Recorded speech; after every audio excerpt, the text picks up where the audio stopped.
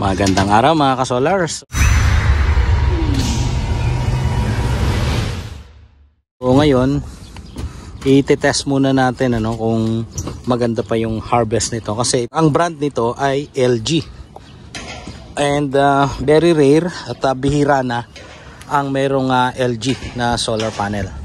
So tingnan natin ang backsheet, tingnan natin yung nasa likod. Heto, nasa 335 watts ang Pmax or maximum power ng solar panel nito. At yung VOC ay nasa 41 volts. So 41 times 5 maabot ng 205. So pasok doon sa 120 requirements ng ating DAE inverter. At kung makikita nyo mga solar, yung ISC 10.49, yung short circuit current yan 9.63. So 20 amperes lang ang kailangan natin dyan, yun dun sa fuse rating. At ito, susubukan nga natin i-test kung itong mga nabanggit na ito ay makukuha natin. So 335 BMPP3 34.10, yung ISC 9.83, VOC voltage operating circuit 41 volts DC. So subukan kong iharap sa facing south kasi ito ngayon ay nasa west north. So ililipat natin at susubukan natin gamitan ng ating multi-tester.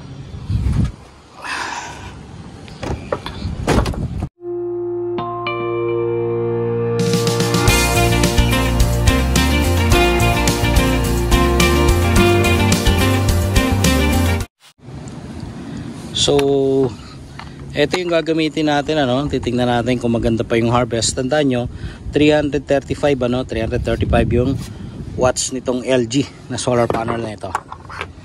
At ito yung sa positive at ito yung sa negative. So, i-connect ko na yung ating tester. Ayan. Yung red ay para sa positive. Ayan At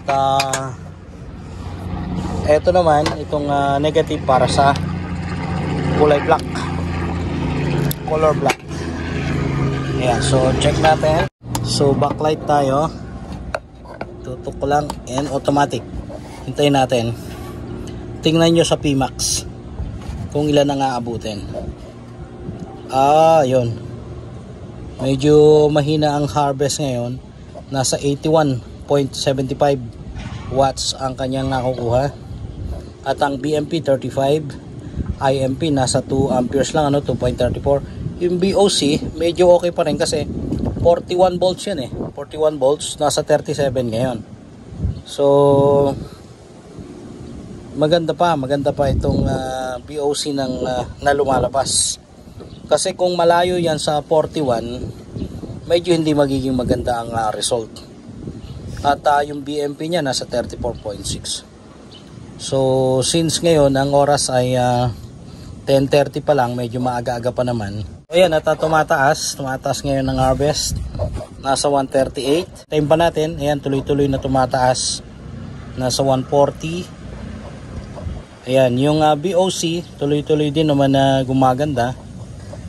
At ang BOC ay during walang load, So ayan, tumataas pa rin, tuloy-tuloy na tumataas. Ayan, nasa 141, umabot pa ng 140 ito kanina.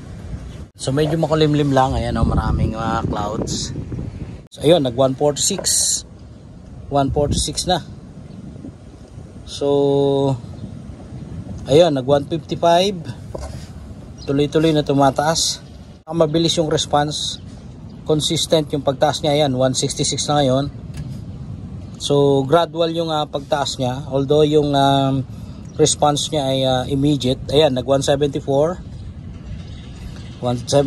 so 50% na ang ating na-harvest ngayon. 180 na, umabot na ng 180. Medyo makulimlim pa yan. tingnan natin kung ano buti. Yan, 186 itong LG solar panel from 335. Ayun, nag 200, 205, 216. Yan. So tuloy-tuloy na tumataas. Tingnan natin kung hanggang saan pa nga abutin. Pero ngayon ay nasa so 228. Lalong tumataas, ano? Yan, 243, lalong tumaas. Tingnan natin kung aabot ng 250. So 243 ang ngayon. 263, lumampas na ng 250.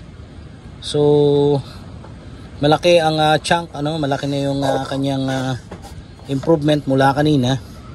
So 263 na ngayon, 281. So tumaas na lalo.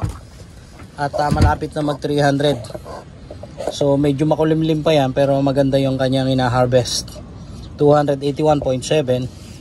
At kung makita nyo, tumaas din yung BOC.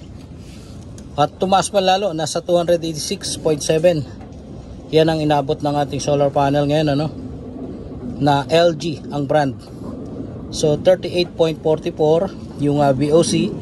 Tumataas yan, 293 na, 293. So lalong gumaganda. Tignan natin kung aabot ng 300. Medyo makulimlim lang. So 293, ayan, medyo bumababa na kasi merong cloud na.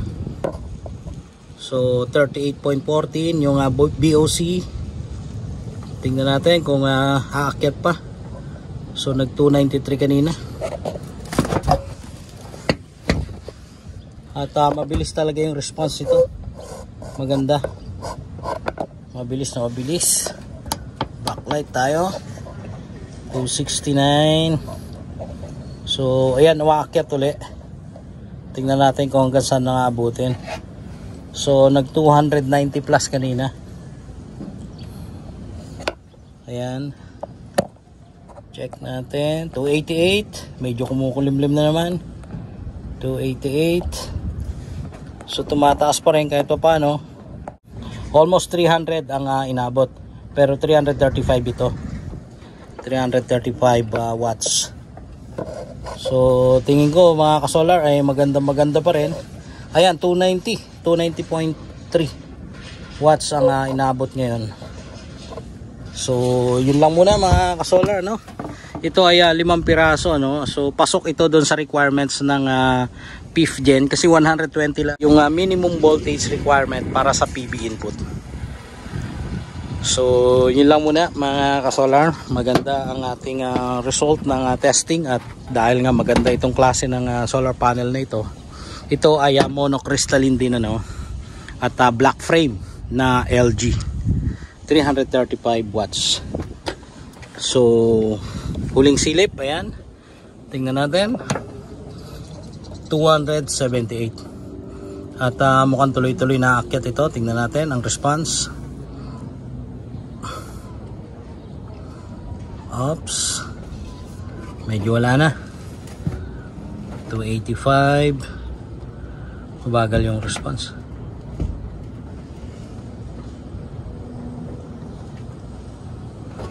Ayun mga kasolar. So diyan na lang muna magtatapos ang ating video. Maraming salamat sa panonood. At muli ang inyong kasolar, si Solarens.